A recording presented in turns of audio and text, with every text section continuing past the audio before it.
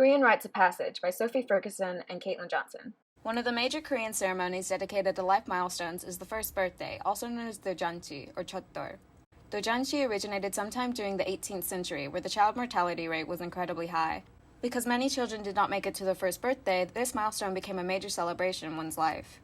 A key component of dojanchi is dorsang, a table arrangement with various details representing well wishes for the child's future. Each item present on the table has its own individual meaning. For example, a miniature round table represents a life without hardship, and piles of fruit represent prosperity. There's also various types of tok or rice cakes traditionally used for dojanchi, such as baekseolgi for a pure and sacred start to life, retsutsu patok to ward off evil from the baby's life, and osek songpyeon for harmony with different kinds of people and surroundings. Another interesting detail is the use of fake flowers rather than real ones, as it was seen as bad luck to celebrate the start of one's life with the end of another. One of the most important parts of dojanchi is dojabi, a fortune-telling game where the child picks from various objects. Traditionally, it was common to use a brush to represent a scholar, money for wealth, rice for a plentiful life, and thread for longevity. However, in modern day, it's also common to use objects like a microphone for an entertainment career, a stethoscope for a doctor, a gavel for a lawyer or judge, and a golf ball or baseball for an athlete. Traditionally, it was common to give pure gold jewelry to wish a child good health and prosperity. They were in a way seen as a practical gift because if necessary, they could be sold for things like education. Giving gold gifts now is less common because of the rise of gold prices, but you can still find more traditional door gifts. However, it's become more common to give things like clothing, toys, or cash instead. Sangyaninal, or Coming of Age Day, is an important milestone that is shown by this video. The third Monday of May marks the transition from childhood to adulthood in Korea, and youth who are 20 in Korean age celebrate their coming of age. The coming of age ceremony dates back to the early 10th century during the Goryeo dynasty. As the tradition goes, the women have their hair tied into a bun and secured with a pinya, a Korean traditional hairpin. The men have their hair tied in a top knot and put on a hat woven from horsehair called a kat. After a change of dress, the new adults take part in a tea and snack ceremony before they bow to the parents and elders.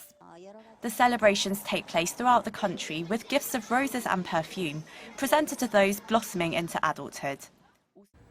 Over time, Korean weddings have become more like that of Western ones, but there are still many elements of tradition that remain in Hole. Traditionally, hanbok was worn by the attendees of weddings. Brides wear a green top and red skirt under a red ceremonial robe. They also wear elaborate headpieces. The groom wears traditional hanbok, usually blue, with a black gauze hat and boots. The red and blue pairing represent yin and yang. These days, a lot of couples opt for the Western white wedding dress and black suit, but may still wear hanbok for certain parts of the ceremony. Interestingly, it's very common for the mothers of the couple to wear hanbok.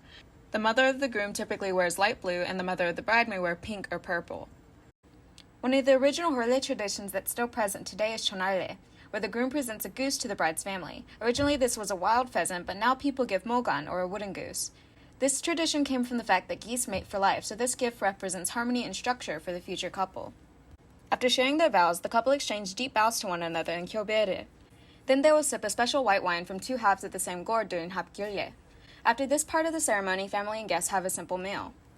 Pyebaek is a post-ceremony tradition in which the bride and groom meet with the groom's family. Pyebaek is a more intimate ceremony where usually only family members are present.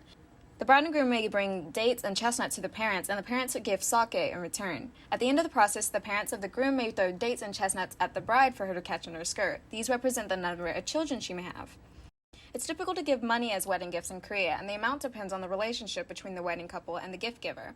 Traditionally, the money is given as a single new bill in a white envelope. Funeral ceremony, traditional customs. Funerals and honoring the deceased is a very important aspect of Korean culture, and this importance can be seen in the funeral customs held both in traditional culture and modern culture. In the years past, traditional customs were held to honor and mourn the recently deceased. These included washing the bodies, placing coins over the eyes, putting cotton in the ears and nose, and spooning rice into the mouth, as well as wrapping the deceased in a shroud and placing them in a coffin. The coffin is then carried by friends and family through the deceased person's home, which is a metaphorical transition from life to death. In modern times, traditional funeral customs are usually practiced mainly in small towns and rural areas, but not so much in urban areas. Modern-day funerals are very different than traditional funerals. Most funerals take place in the hospital, as hospitals typically have a funeral home within them. Also, due to cost and lack of space, cremation has become a common practice compared to burials. The ceremony itself lasts 3 days, where food and drink are served, the family is consoled, and the deceased is remembered. Choigum, or condolence money, are given to the family, with larger amounts given the closer one is with the family of the deceased. At the altar, there is Yangchang Sachin, which is a single portrait of the dead. The deceased person themselves often choose to photograph themselves before their death. There's also large chrysanthemum wreaths around the shrine and funeral place which symbolize grief. Funeral attire. The deceased is put into special burial clothing, which is often made of silk. Mourners usually wear black clothing, and because a large portion of funerals take place in the hospitals nowadays, funeral attire is for sale or rent in hospitals.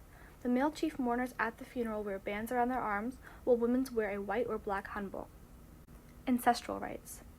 Chesa is a commonly practiced ancestral rite that functions as a memorial to honor the ancestors. The ceremony traditionally takes place at the eldest son's house, and it begins with women cooking umbok, or chesa food, as well as food favored by the ancestors honored. The men set the table with the food in a particular way that follows a set of rules. Though there are many complex rules, setting the table follows a basic format where the first row is rice, the second is meat, third is banchan side dishes, the fourth is fruits and snacks, and the fifth is sweets. To begin the chesa ceremony, first all the windows and doors are opened, and then a series of steps follow, starting with kangshin, where the family burns incense and calls the spirit of the ancestors. Then there's chamshin, where the whole family bows 2 times to greet the ancestors. That's followed by chinchan, or serving the ancestors, where the lights are turned off and the ancestors are allowed time to eat. Then choam, or pouring the ancestors a drink, a step that is repeated multiple times throughout the ceremony. Then there's hapmun, where the family leaves the room or has a moment of silence to give the ancestors some peace and quiet. And finally, there's seshin, or saying farewell to the ancestors, where the family bows down as they did in chamshin, and the papers that have the ancestors' names written on them are burnt. After the ritual, the family eats the umbok on the table, which symbolizes the receiving of blessings bestowed upon the family.